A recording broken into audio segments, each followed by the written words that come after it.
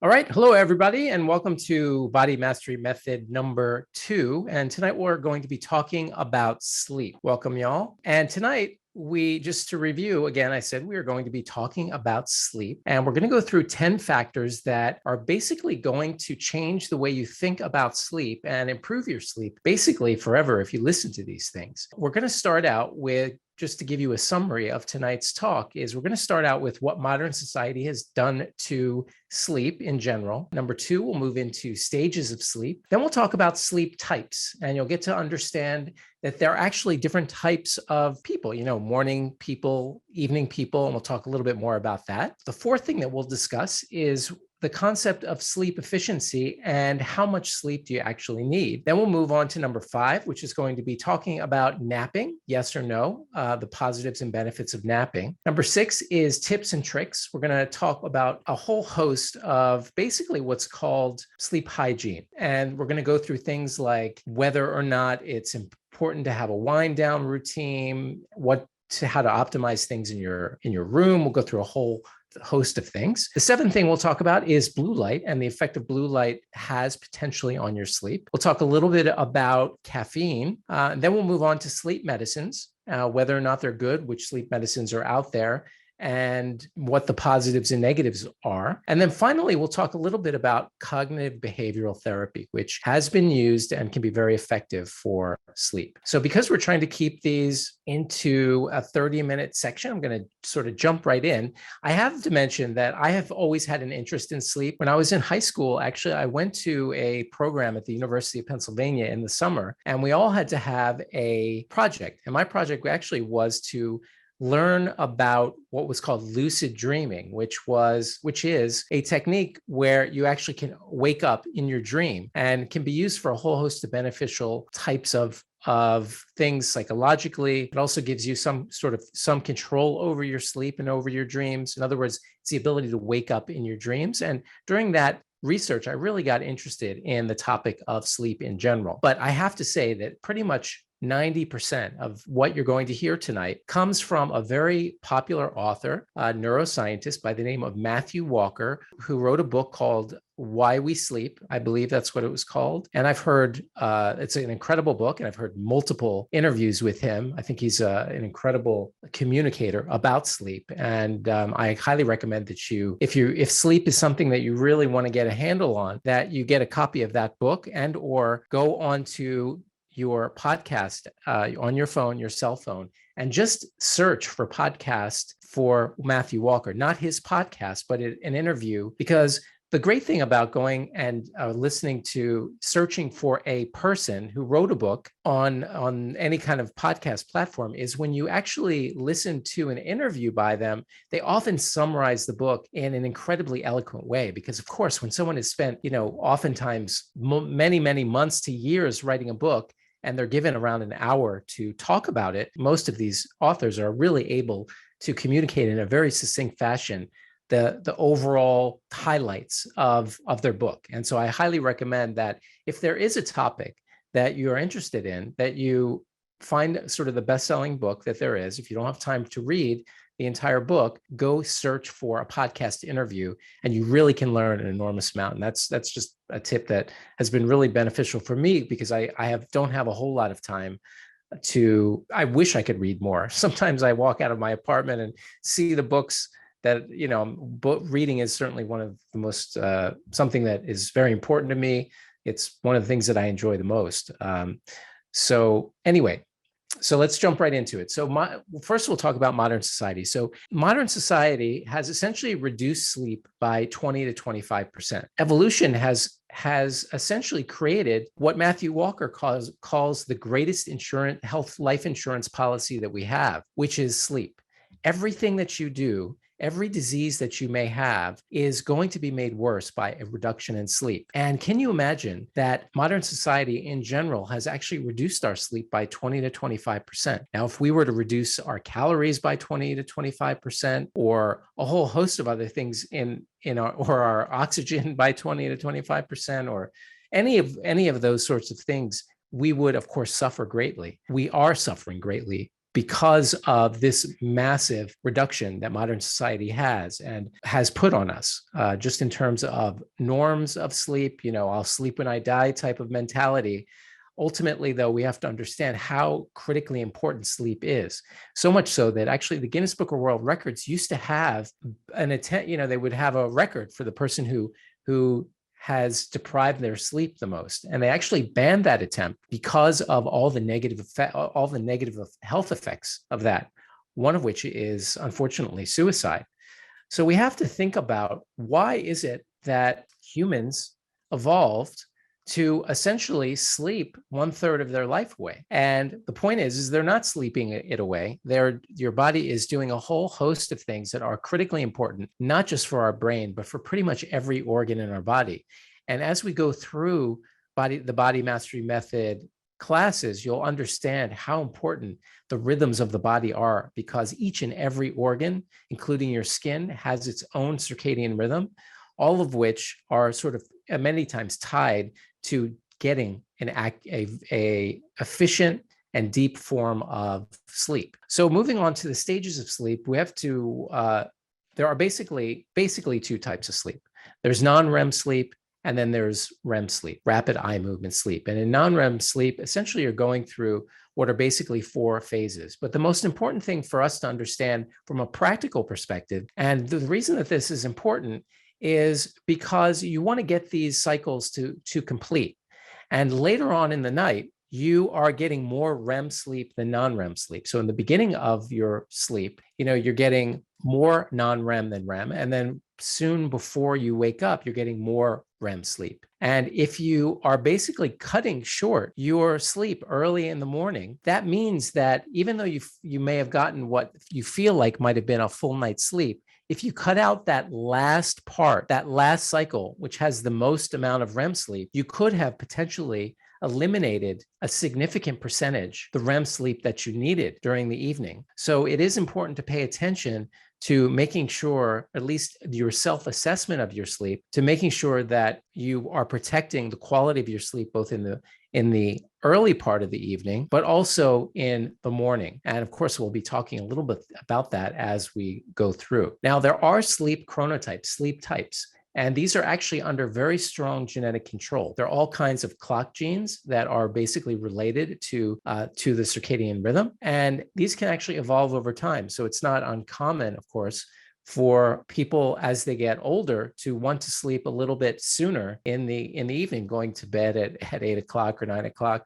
I mean, I find myself wanting to get to bed a little bit earlier as I get older. There are actually questionnaires you could take online to determine whether or not you're sort of a morning person or an evening person, sort of a simplification of these. And unfortunately, obviously in families, people can have different what are called chronotypes. And sometimes, there are people who aren't morning people who, unfortunately, due to work schedules, potentially are going to sometimes feel guilty that they're so tired in the morning. But unfortunately, the way their clock genes are organized, have difficulty falling asleep early. And so at this point, there's no sense in feeling guilty. It is a good idea for you to determine what your chronotype is. You probably already know if you're an evening person or a morning person.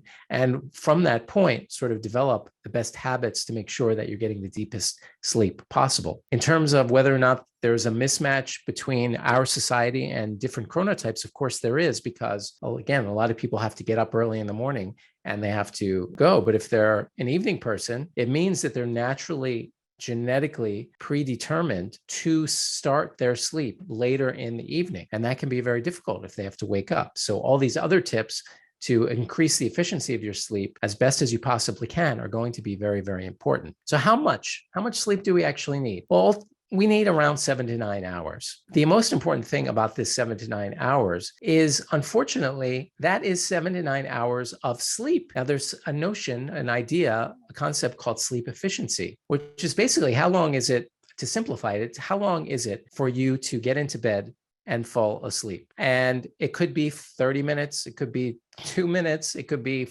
40 minutes. The point I'm trying to make here is that if you need 7 to 9 hours, like we all do generally, and you are in bed for 7 hours, but it takes you 40 minutes to fall asleep, then you're not really getting 7 hours, which means that for a lot of people, even though they're in bed for 7 hours, they technically have to be in bed because of their efficiency at falling asleep, potentially 8 to 9 hours in bed. So it's important to just have in your mind this concept that of what your sleep efficiency is. Does it take you a long time to go to sleep or not? And if it does, then unfortunately, you're going to have to stay in bed a lot longer to be able to get those 7 to 9 hours because of this sleep efficiency. Unless, of course, you're having problems with insomnia. And most sleep doctors will recommend that you compress, or at least Matthew Walker talks about compressing the window to build up sleep pressure. And by building up sleep pressure, you are actually going to increase the efficiency because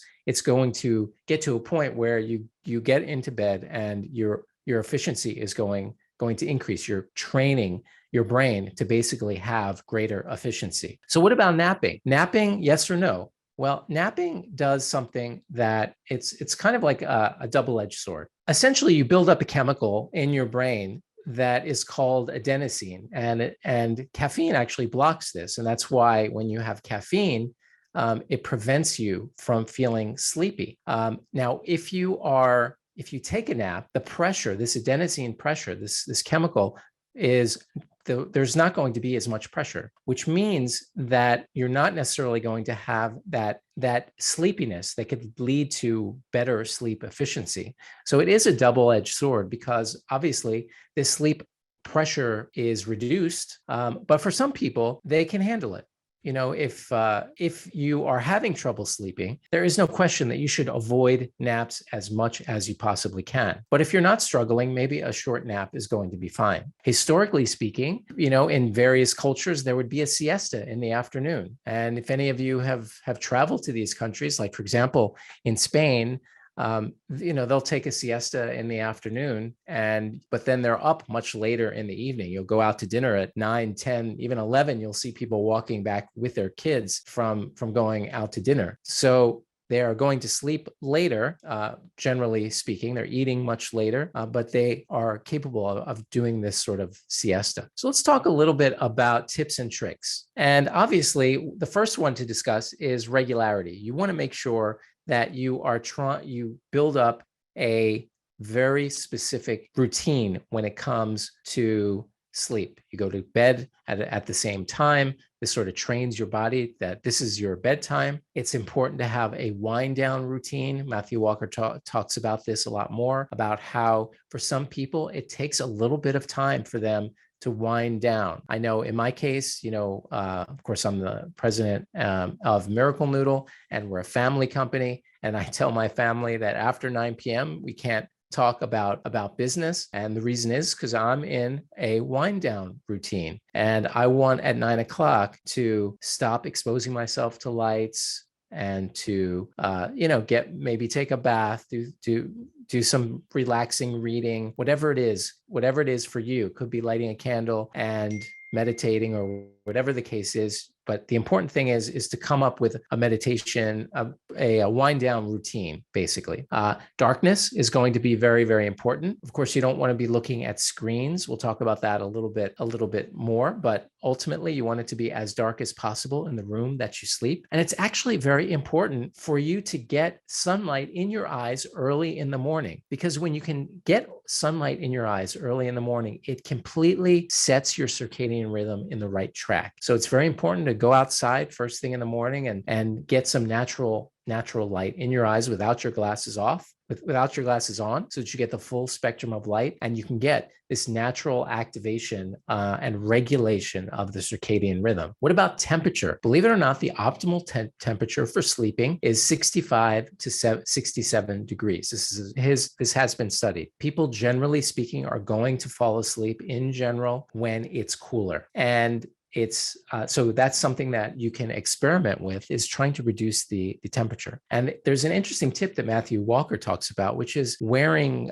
socks actually cools your body down. The reason it does that is because your hands and your feet radiate a lot of heat. And so essentially you're able to draw heat from your core, which is basically when you reduce your core body temperature, your sleep tends to improve. And then early in the morning, warming up your body is going to also trigger some of the changes to taking you out of sleep. And that is why for people who sometimes feel like they need their coffee in the morning, it might not necessarily be the coffee, but actually just hot beverage warming up your core, which is sort of waking you up. So if people are trying to give up caffeine or whatever the case may be, try to drink just some non-caffeinated warm tea or warm water, and see if initially if that is going to wake you up a little bit, because again, warming that core body temperature up is really going to facilitate you waking up. Alcohol and caffeine, of course, later in the day are going to definitely affect your sleep.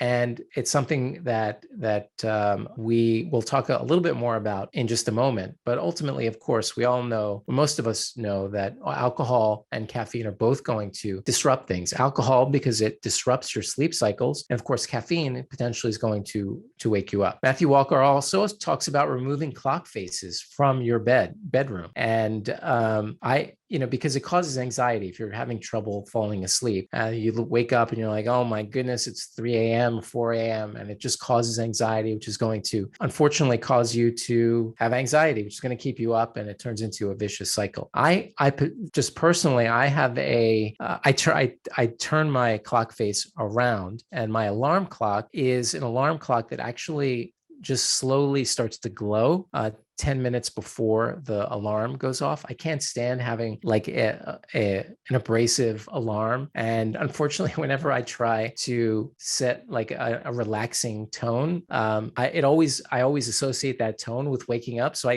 at some point, I just can't stand that tone. And I've tried various like a song to wake me up as an alarm. And then ultimately I end up associating that song with being abruptly woken up. So I end up hating that song.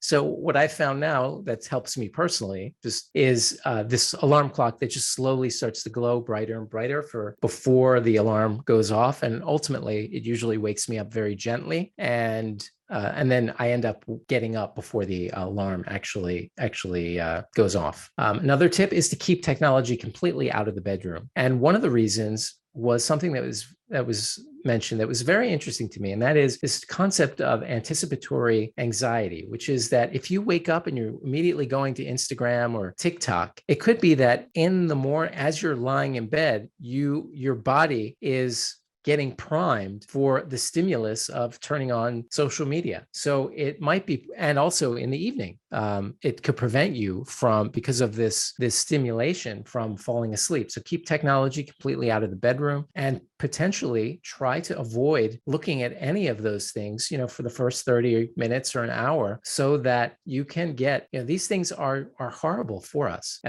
Just terrible for the neurotransmitters in our brain. Our dopamine reward system is potentially permanently affected with ongoing use of social media. And ultimately, you don't want that. And you certainly don't want that being triggered right when you wake up, because just like we spoke about this wind down that you also need a wind up, a slow wind up. It's a natural part of going from the sleeping state to the waking state. So be cautious with technology. And what about blue light? Well, blue light is going to unfortunately affect your circadian rhythms. Blue light, which I spoke about, one of the reasons I spoke about getting light in the morning is because the blue light from the sun is actually capable and good in the morning for you to reset your circadian rhythm for the morning. But you don't want blue light in the evening. That's going to essentially prevent the natural release of melatonin and can be stimulating. So people obviously use blue light glasses, be aware of LED lights and TV screens. These all give off blue light. But on top of that, we just spoke about this excitement, this dopamine stimulation that we get from these devices. And so it's important to wean yourself off of those, at least an hour before you go to sleep. Now, when it comes to caffeine, everyone knows at this point, for the most part, that unfortunately in the American diet, believe it or not, the highest source of polyphenols, of beneficial polyphenols and antioxidants, comes from coffee, because people have such poor diets. So coffee, generally speaking, is going to be good, is if you look at the study, is going to be good for you, with the small exception of people who are slow metabolizers genetically of caffeine. The thing here is that timing is key. If you have caffeine early in the morning, it's probably going to be fine, but it can still definitely affect your sleep. And Michael Pollan, who's one of my favorite authors, wrote this mini book, and I've seen many interviews where he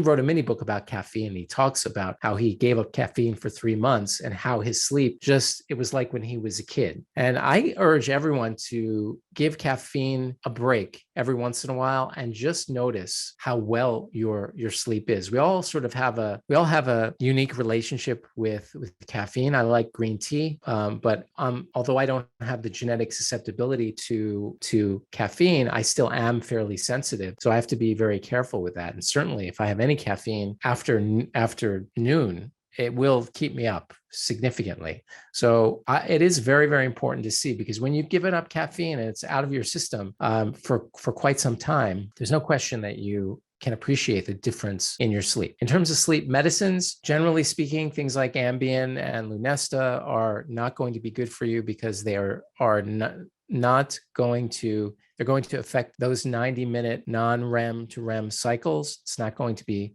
good for you. And that has been associated with a host of different things, including a higher risk for infection, because you're not getting the immune building, resting phase of your sleep to optimize your immune system.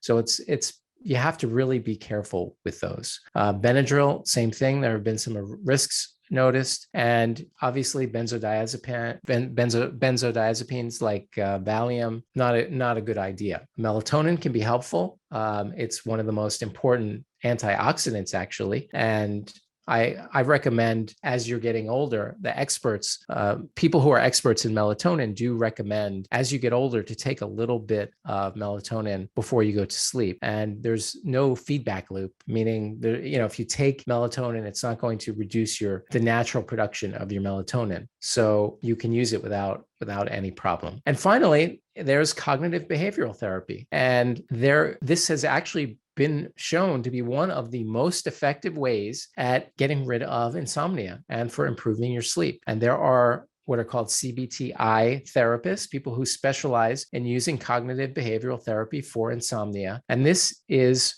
remarkably effective, so much so that it's worth looking into if people have chronic insomnia. And one of the definitions that I copied from one of the websites is basically says cognitive behavioral therapy for insomnia is a structured program that helps you identify and replace thoughts and behaviors that cause or worsen sleep problems with habits that promote sound sleep. Unlike sleeping pills, CBTI helps you overcome the underlying causes of sleep problems. And if you know someone who has trouble with insomnia, oftentimes they just think, well, I have insomnia, I'll just have to, my sleep is poor and it's not getting any better. And they just think, well, that's that. I would recommend very significantly, and I hope that one of the things that you get out of tonight's episode is that it is critically important that you get this under control, because it impacts just about everything in your body.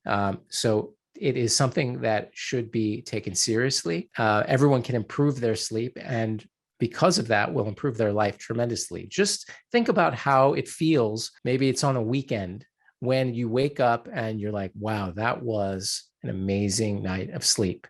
That's the way it's supposed to be every single day. You're supposed to wake up refreshed and ready to go for the entire day. Now, that's the ideal, of course. The point of this talk is to give you some of those tools and tips for you to be able to implement new strategies and new ideas that are going to, one, give you the kind of deeper understanding of sleep and how important it is, but two, to give you some of the tools and tips in terms of, we went through things like temperature and a whole host of things to allow you to be able to make significant, really simple changes to your overall health. So I hope you enjoyed tonight's class. As always, I should have mentioned, you can always ask questions while we're doing this. For people who are listening to this in a recording later on, you should know that we record these live almost every Wednesday night. Next Wednesday night, I'll be off for a religious holiday. and I might be off following Wednesday. I need to double check on that. But we'll be back either in 2 weeks or 3. And next week's class, or the next class, will actually be on gut health, and we'll talk about a whole host of new ideas about gut health, from the lining of the gut to what are called prebiotics and probiotics, which you know about, to postbiotics, and also talk about tips and strategies, just like we spoke about tonight, in terms of simple things that you can do to incorporate into your lifestyle so that you have simple, ongoing, one, understanding, and two, things that are going to basically improve tips and strategies to improve your overall health so that you feel a whole lot healthier and you have more command over your health. As I always like to say, you have to become your own authority in health. And it's my pleasure to be able to help facilitate that. That is, I feel, why I'm here, and appreciate all of your folks' attendance tonight. And as I said, we'll send out an email to the list, whether it definitely won't be next week. It may be the following week, but we'll send that out. And thank you, everyone, for your attention. I wish everyone a good night. Good night, everyone.